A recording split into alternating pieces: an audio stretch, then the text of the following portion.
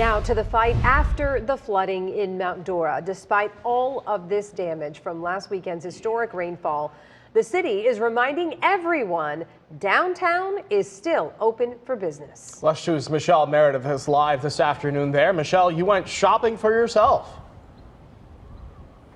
Well, how could I resist this hat, right? Well, here's what I want to show you. Look at downtown Mount Dora. It looks great, like nothing happened. And in terms of the flood, nothing did happen. So the message is, come on down.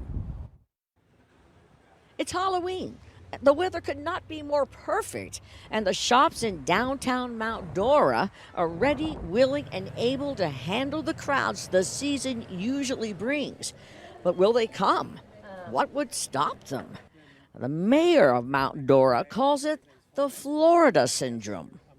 Normally when we have weather events, it's a hurricane, and the hurricane will take out the entire town. So when people see damage in a town, I think they figure it applies to the whole town. But the floods that hit Mount Dora this weekend affected a small part of the town.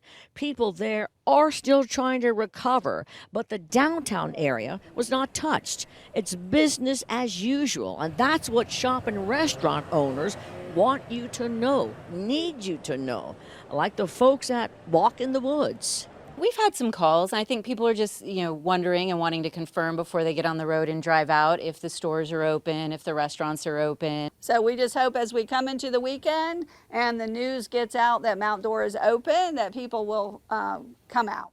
How much are you counting on that? Well, a lot, because we're coming into our busy season. Now, we had to do something to help Mount Dora's economy, so I sacrificed and bought this adorable hat. And my partner in crime, photographer Melissa Henderson, she bought these bear slippers. Frank, Patricia, and Daisy the dog took a ride up from Palm Coast. Patricia did her share of helping Mount Dora's economy, showed us her haul. I figured they were interested in seeing people, so that's why we came. And when it was time for the trio to go, it was have dog, will travel.